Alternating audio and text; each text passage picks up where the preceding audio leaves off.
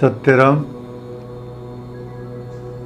दादू दयाल जी महाराज निष्कामी पतिव्रता के अंक का निरूपण कर रहे हैं।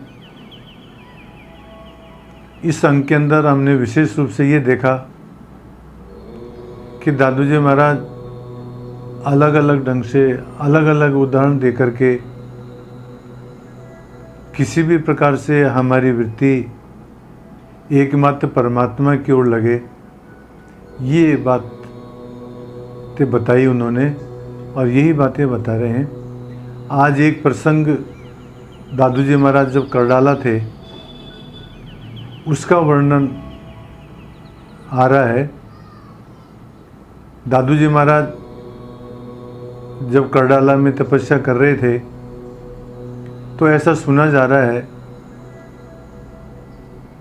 जाता है कि इंद्र को चिंता हुई कि दादू जी महाराज कहीं तपस्या करके और मेरा इंद्र पद नहीं ले ले, इसलिए इंद्र ने दादू जी महाराज की तपस्या को भंग करने के लिए अप्सरा को भेजा और वो अप्सरा वहाँ जाकर के दादू जी महाराज के सामने अलग अलग तरह से अपनी करामतें बताने लगी। उसको दादू जी महाराज ने इन शब्दों में कहा, ज्योति चमके तिरवरे दीपक देखे लोय, चंद्र सूर का चांदना पगार छलावा होय। दादू जी महाराज जब तपस्या कर रहे थे तो उनको ज्योति दिखने लगी, तरवरे अग्नि में से कई बार वो छोटे छोटे जो निकलते हैं उस तरह के,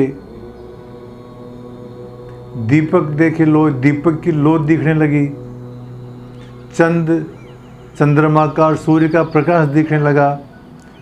सायंकाल और सुबह सूर्योदय से पहले जिस प्रकार का प्रकाश होता है, शाम को चंद्रमा के उदय से पहले जिस प्रकार का प्रकाश होता है, इस प्रकार का प्रकाश दिखने लगा। ये सारे चरित्र माया ने किए कि किसी भी तरह से दादू जी महाराज की तपस्या भंग हो जाए। और उसने ये भी कहा कि मैं तुम्हारी तपस्या से प्रसन्न हूँ, बोलो। तो दादू जी महाराज कहते हैं कि परमात्मा तो निराकार स्वरूप है, तुम तो साकार रूप में दिखाई दे रहे हो। परमात्मा की कोई छाया नहीं होती, तुम्हारे तो छाया है, तो तुम जो है परमात्मा नहीं हो सकते। ये बात दादू जी महाराज ने कही। और ये कह करके फिर कहते हैं दादू जी महाराज कि आन पुरुषों बही नड़ी, परम पुरुष भरतार, हूँ अबला समझो नहीं, तू जाने करतार। दादू जी महाराज उस अप्सरा से कहते हैं कि आन पुरुषों बही नड़ी, तुम तो मेरी बहन हो, तुम्हारे पति तो परमात्मा है। और दादू जी महाराज भी जैसे पहले भी कह के आए और आगे भी कहेंगे कि सब हम नारी एक भरतार, हम तो सब नारी हैं, हमारा भरतार तो परमेश्वर परमात्मा है। तो हे माया, मैं तो तुम्हारी बहन हूँ। परम पुरुष भरतार, तुम्हारा हमारा भरतार तो वो परम पुरुष है, परमात्मा है। तुम जो है सो परमात्मा को रिझाओ, मेरे सामने तुम लीला क्यों कर रही हो। ये बात दादू जी महाराज ने उस अप्सरा से कही। तो वो अप्सरा कहती है दादू जी महाराज को कि हूँ अबला समझो नहीं, मैं तो अबला हूँ, मैं तो स्त्री हूँ, मैं तो समझती नहीं हूँ, जानती नहीं हूँ, तू जाने करतार। आप ही करतार के मर्म को जानते हो, तो वह मर्म हमारे को समझाओ। ये बात अप्सरा उनको कहती है। इसका एक अर्थ तो ये है। दूसरा अर्थ संत लोग ऐसा करते हैं कि आन पुरुषों बहनड़ी,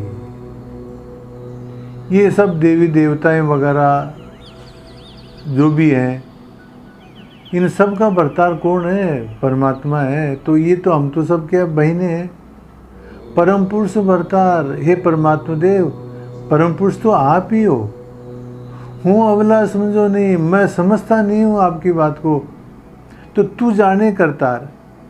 तो हे करतार, आप ही जो है अपने स्वरूप का ज्ञान कराओ हमारे को। हम तो समझते नहीं हैं इस बात को।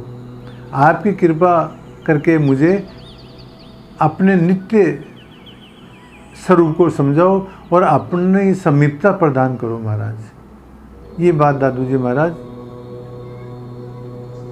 परमात्मा से भी प्रार्थना करते हैं। और असली प्रसंग अप्सरा के का है वो जो मैंने बता ही दिया। और कहते हैं दादू जी महाराज निष्काम प्रतिव्रता के अंग का वर्णन करते हुए, जिसका तिसको दीजिए सोई सन्मुख आए, दादू नक्शिप सौंप सब जनियु बंटा जाए। जिसका तिसको दीजिए, ये शरीर किसने प्रदान किया हमारे को? परमात्मा ने प्रदान किया। तो ये शरीर हमारे को परमात्मा के ही समर्पण कर देना चाहिए। ये हमारे को मन बुद्धि चित्त सब परमात्मा ने दिया है, तो सब उन्हीं के समर्पित कर देना चाहिए। साईं सन्मुख आए, परमात्मा के सन्मुख होकर के उनको अर्पित कर देना चाहिए। दादू नक्शिप सौंप सब, सारा शरीर संपूर्ण वस्तुएं सब सौंप देनी चाहिए उसको। जनियु बंटा जाए, जनियु बंटा जाएगा तात्पर्य कहीं है कि कहीं ये हमारा जो शरीर है ये माया के प्रपंच के अंदर उलझ न जाए, कहीं हम यहाँ आकर के विषयाशक्ति में न फंस जाए, कहीं संसार में आकर के चक्कर में न फंस जाए। इसलिए दादू जी महाराज कहते हैं कि जिसने हमारे को शरीर दिया है, मन दिया है, बुद्धि दी है, हमारे को नख से लेके शिखा पर्यंत संपूर्ण शरीर, संपूर्ण हमारी इच्छाएं हैं, संपूर्ण कामनाएं परमात्मा को ही समर्पित कर देनी चाहिए, कहीं हम माया के प्रपंच में न पड़ जाए। ये बात दादू जी महाराज कहते हैं। जगन्नाथ जी महाराज दादू जी महाराज के शिष्य हुए हैं, वो कहते हैं आपा सौंपे राम को, हरि अपनावे ताय, जगन्नाथ जगदीश विनय आपा दीजे काय। आपा मतलब अहंकार। हम अहंकार के कारण से तो दुखी रहते हैं महाराज। तो जगन्नाथ जी महाराज कहते हैं कि आपा सौंपे राम को, हमारे को अपने अहंकार को परमात्मा के समर्पित कर देना चाहिए। हरि अपनावेता है, हरि उसी को अपनाते हैं जिसने अपने अहंकार को समर्पित कर दिया। जो अहंकार शून्य हो गया उसको परमात्मा अपनाते हैं। जगन्नाथ जगदीश बिन, जगन्नाथ जी महाराज कहते हैं बिना परमात्मा के, बिना जगदीश के आपा दीजिए काय। इस अहंकार को हम किसको सौंपें? परमात्मा को ही अहंकार सौंप देना चाहिए, समर्पित कर देना चाहिए।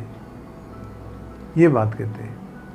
और कहते हैं दादू जी महाराज, सारा दिल साईं सो राखे, दादू सोई सयान, जे दिल बंटे आपना सो सब मूड यान। सारा दिल साईं सो राखे, जो पुरुष अपने अंतःकरण की संपूर्ण वृत्तियों के अंदर एक परमात्मा को ही एकाग्र करके रखता है, अपनी सुरती केवल परमात्मा में ही रखता है, अपनी वृत्ति परमात्मा में ही रखता है, अपना चिंतन परमात्मा के अंदर ही परमात्मा का ही चिंतन करता है, वही पुरुष बुद्धिमान है।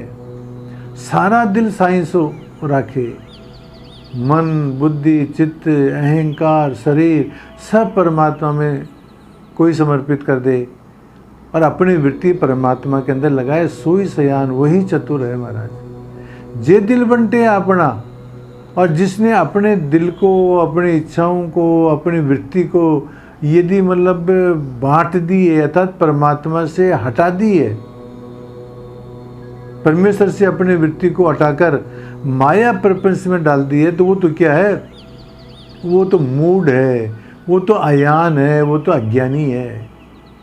कहने का तात्पर्य है महाराज कि हमारे को मनसा वाचा कर्मणा परमात्मा का ही चिंतन मनन करना चाहिए, सांसारिक प्रवृत्तियों के अंदर नहीं फंसना चाहिए। ये बात दादू जी महाराज इस साखी के अंदर कहते हैं। एक उदाहरण आता है दादू जी महाराज की वाणी के अंदर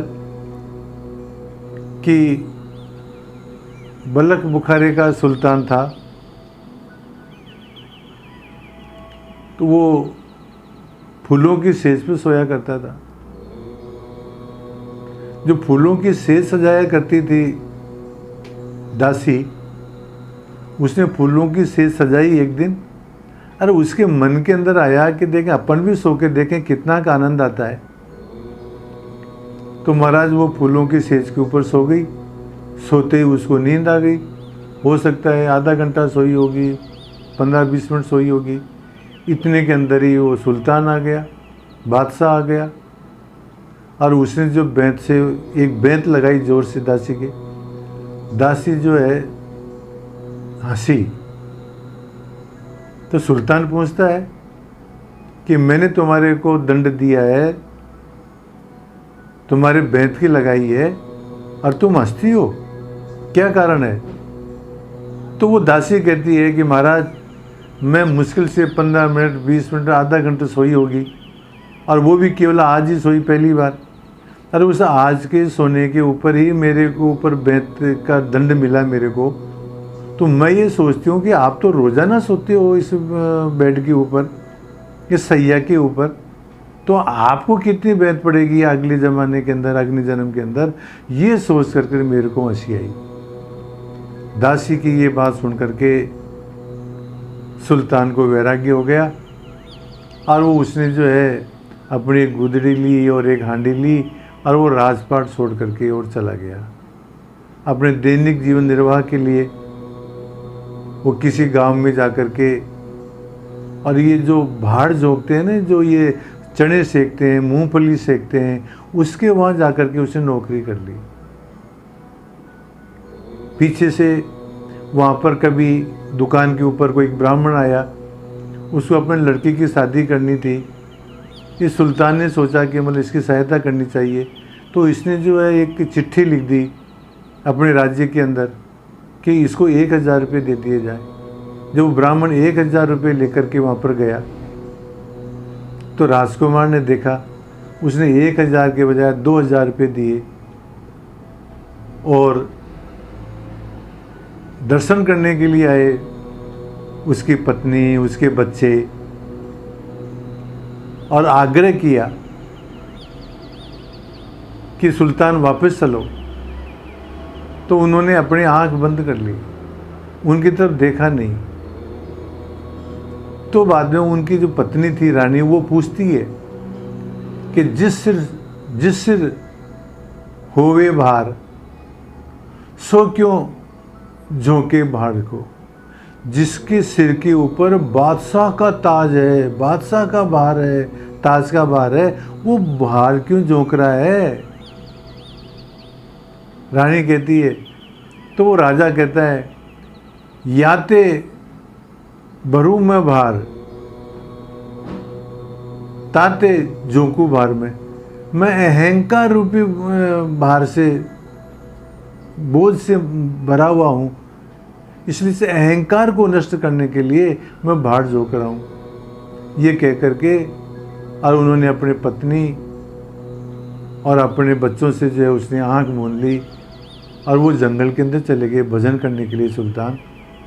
तो कहने का तात्पर्य यह है कि जिस प्रकार से बलख बुखारे के सुल्तान को त्याग हो गया, वैराग हो गया, और उसने अपने बादशाह को छोड़ दी, बादशाहत को छोड़ दी, अपने परिवार को छोड़ दिया और परमात्मा के भजन में लग गया, तो इसी प्रकार से दादू जी महाराज कहते हैं कि सारा दिल साइंस हो रखे हैं, अपने जो है अंतःकरण की वृत्तियाँ परमात्मा के अंदर ही रखे। दादू सोई सयान, वो ही बुद्धिमान आदमी है। जे दिल बंटे अपना, और जो अपने अंतःकरण के अंदर और जो अपने वृत्तियों को जो विषयों में रखता है, सांसारिक प्रवृत्तियों में लगता है, सो सब मूढ़यान, वो तो मूर्ख है। जो अपने वृत्तियों को सांसारिक प्रवृत्तियों में लगाते हैं, वो मूढ़ है महाराज। तो इस प्रकार से दादू जी महाराज इस पतिव्रता के अंक के अंदर अलग अलग उदाहरण दे करके बताते हैं कि हमारी संपूर्ण वृत्तियाँ, हमारे संपूर्ण कार्य परमात्मा के लिए ही होने चाहिए महाराज। यही सच्चा पतिव्रत है। ये बात दादू जी महाराज इस अंग के अंदर और इन साखियों के अंदर बता रहे हैं। सत्य